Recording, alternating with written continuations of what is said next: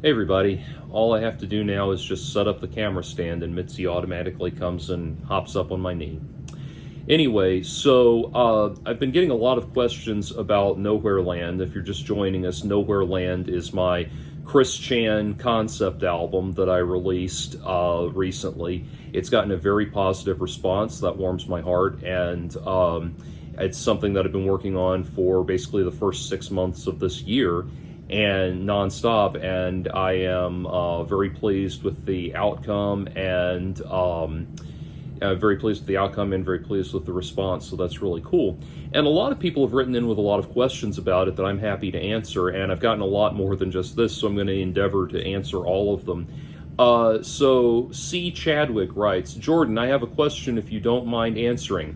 How do you feel about Chris listening to this album and possibly even commenting on it? I ask because Chris is aware of a lot more high-effort works based on him, and he has an interest in music he inherited from Bob and always has music playing in his house as background in his videos. Do you think any comments or context he personally tries to apply to your work will change how you view him or your own work? Well, to answer that second question, no, but I will endeavor to elaborate as to why I feel that way. So, one of the first things I actually have had other people ask me a more pointed question, which is, was I at all worried about Chris Chan suing me for defamation?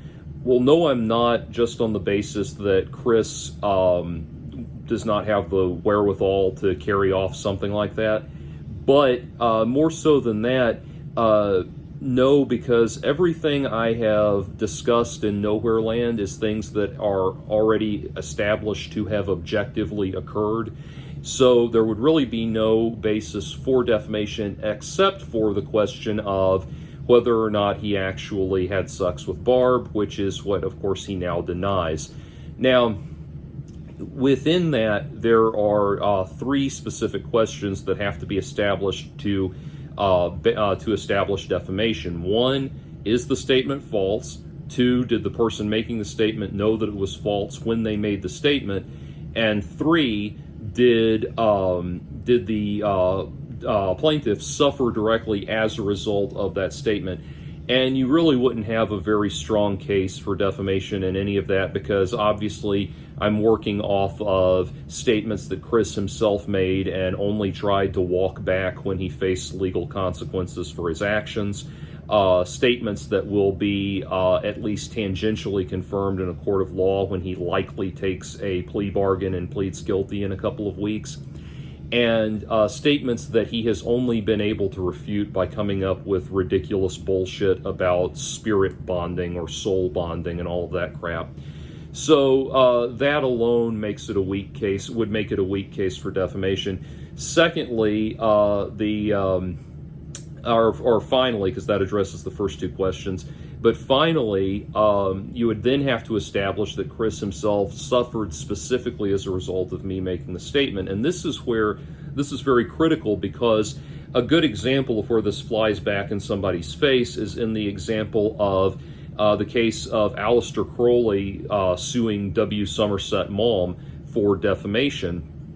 And yes, this is English law, but the logic still would likely still hold up in the U.S. courts. So when Aleister Crowley sued W. Somerset Maugham for basically, I believe it was creating a fictional character that was obviously based on Aleister Crowley, and thereby tarnishing his reputation as being a heinous drug addict and a sex fiend and a depraved lunatic and a lot of other things. Crowley, when they went to court, Crowley was able to make a case, a valid case, that W. Somerset Maugham had in fact based this character on him, and that he had been, he had been embarrassed by it as a result. But the judge ultimately ruled that nothing W. Somerset Maugham said about Aleister Crowley could have reasonably made Aleister Crowley's reputation worse than he had already made it for himself. Crowley had already gone out of his way to portray himself as this vile, heinous person in the public sphere, and W. Somerset Maugham was simply using that as the basis for a character. So that would probably be, that would be all of the things that would stack up against it. That said, I think that at this point, I don't think at this point Chris is of any kind of functional, mental capacity. So bringing it around to what I would just think of his reaction to it, it's interesting as you ask that. Now, I would love for him to hear it, and I would love for him to react to it and talk about it. And, I'm not going to lie, a good deal of my motivation for that is highly, highly self-serving. Because what I would want is for him to, there's no greater promoter of Chris Chan related stuff than Chris Chan himself. So I'm not going to lie, that would be an appeal factor to have him blasted out there to all of the people that don't know about it yet. So that's certainly that would certainly be an appealing factor. As far as Chris's own reaction to it, it's interesting. There are basically, so Chris's cognitive capacity falls into basically three very interesting categories. The first one is everything up until Bob died, where Chris was essentially a low-functioning autistic person that was fairly eccentric, who was still in a position of reacting against all of the negativity that he had. That's where we get the famous, I want my family's house off the internet now video and stuff like that. He's still reacting against it. And that person would have one reaction to it.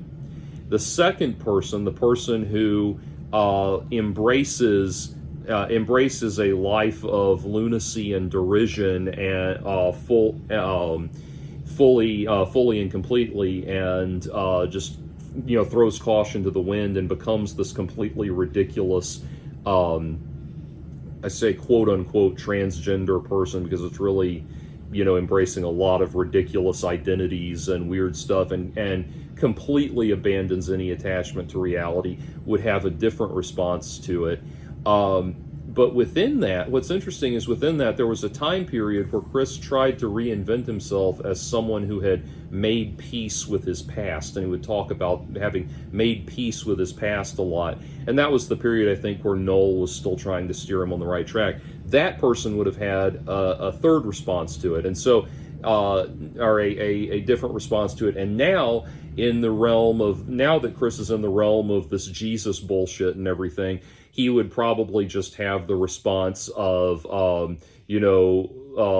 for it is preordained that this would be created, but I am nonetheless betrayed that it failed to acknowledge the spirit bonding, and all, this kind of, that would just, the response now would just be utter nonsense. So I don't know that Chris would have anything very productive or interesting or insightful to say about it at this point. I think the first two situations would be the first two possibilities. Either the young man that was still potentially, trying to potentially resist the influence of the trolls and everything, and even as slim as it is, still had a slim possibility of maybe redeeming himself and having a productive life. That first incarnation of Chris would have one response. The second incarnation, where we've embraced fairyland or imagination land lunacy, and but we are at the same time acting as though we are making peace with the past and recognizing the person we used to be and all that. That secondary character would have another response to it, and then this third and final incarnation would have yet another response to it, but it would just be complete ridiculous gibberish. So those are the three possibilities. So I would love for him to hear it and respond to it in general. I think that would be great. Now, I'm not encouraging anybody to go spamming it to him or something like that. I'm not encouraging that, but certainly if somebody who has an inside track with Chris wanted to tell him about it, I think that would be great. And so as far as the interest in music, you're right.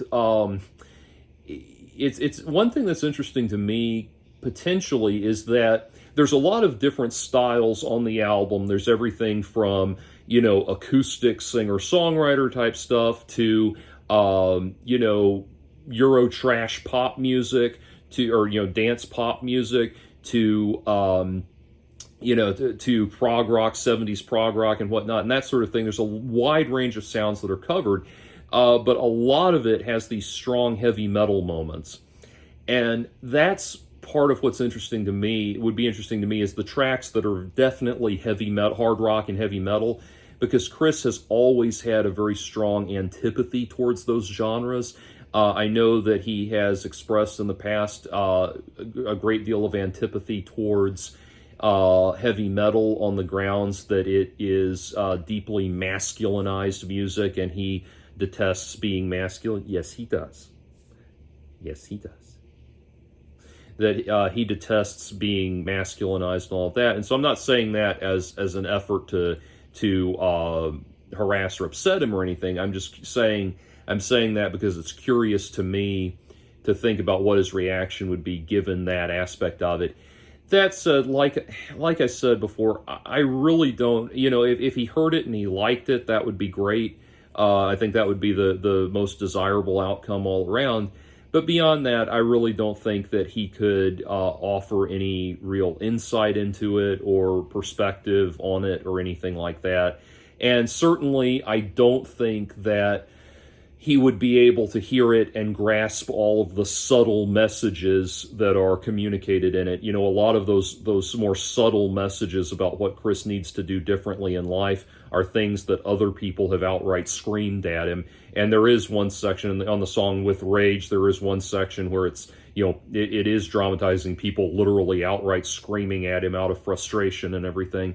So he can't, if he's not grasped those subtle messages when they were made with a bullhorn, he's not going to grasp them when they were made with a whisper. So there's not a lot to be gained there. But in general, yeah, I think it'd be great if he heard it. So that's that. That's answering that. There's a few more questions that I want to answer, and please, anything that's on your mind, I'd be happy to talk about it. I really am pleased with all of the interest that this has generated. So the album is Nowhere Land. I'm Jordan Owen. The album is available on all major streaming services, so please have at it. Give it a listen. I'd love to hear your thoughts.